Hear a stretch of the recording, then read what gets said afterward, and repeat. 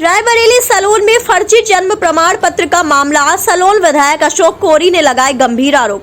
फर्जी जन्म प्रमाण पत्रों का हो सकता है पीएफआई और रोहंग्या कनेक्शन। पूरे मामले की बड़ी एजेंसी से जांच कराए जाने की मांग। पूरे प्रदेश के साथ देश में हो प्रमाण पत्रों की जांच। फर्जी जन्म प्रमाण पत्र का लोकसभा चुनाव पर पड़ा असर। इसी के जरिए होगी बोगस वोटिंग।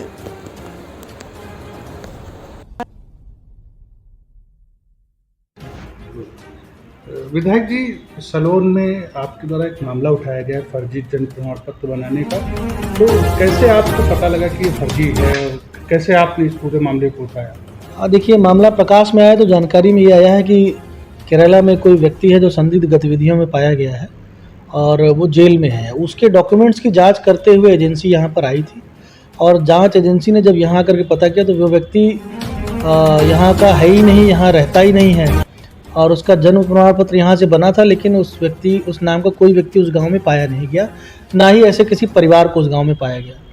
तभी ये मामला प्रकाश में आया। फिर एजेंसी के द्वारा ये पता किया कि जिसने बनाया है विजय प्रताप यादव नाम का जो ग्राम विकास अधिकारी है, उसने ये सारे फर्जी प्रमाण पत्र बनाए हैं। जब जानकारी हुई उसकी आईडी पासवर्ड से चेक किया गया तो करीब एक रियाज और एक जीशान खान, जिनके यहाँ ये किराएदार थे खुद विजय यादव, उन्हीं का सीएससी सेंटर है और उसी सीएससी सेंटर के माध्यम से लगभग 19 से 20 हज़ार ऐसे फर्जी प्रमाण पत्र बनाने का मामला प्रकाश में आया है।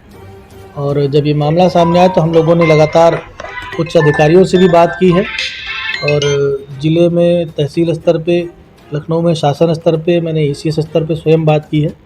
उस मामले को गंभीरता से लिया गया और लगातार हमारा प्रशासन भी, सरकार भी इस पर बहुत ही मुस्तैदी से काम कर रही है।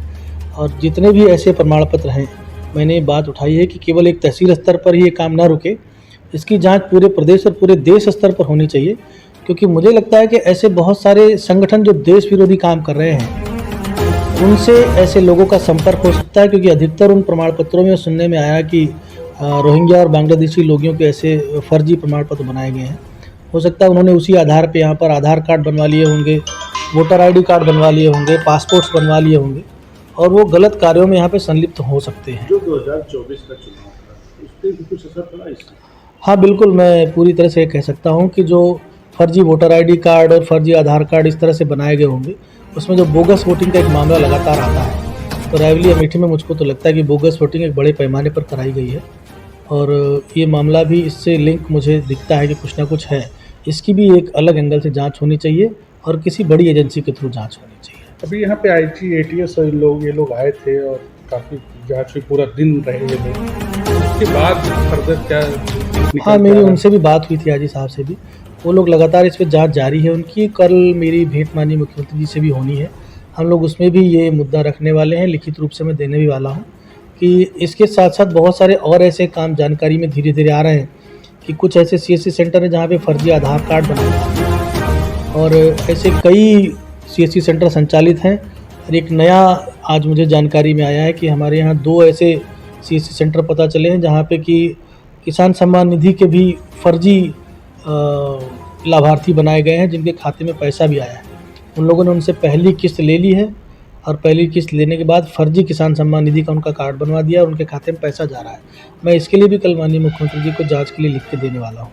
तो क्या लगता है कि सलोन में इस तरह का कोई रैकेट है जिसको बहुत हाई लेवल से? बिल्कुल, ये कोई छोटा मोटा मामला नहीं हो सकता है, बड़े पैमाने पर बहुत बड़ा खेल हुआ है।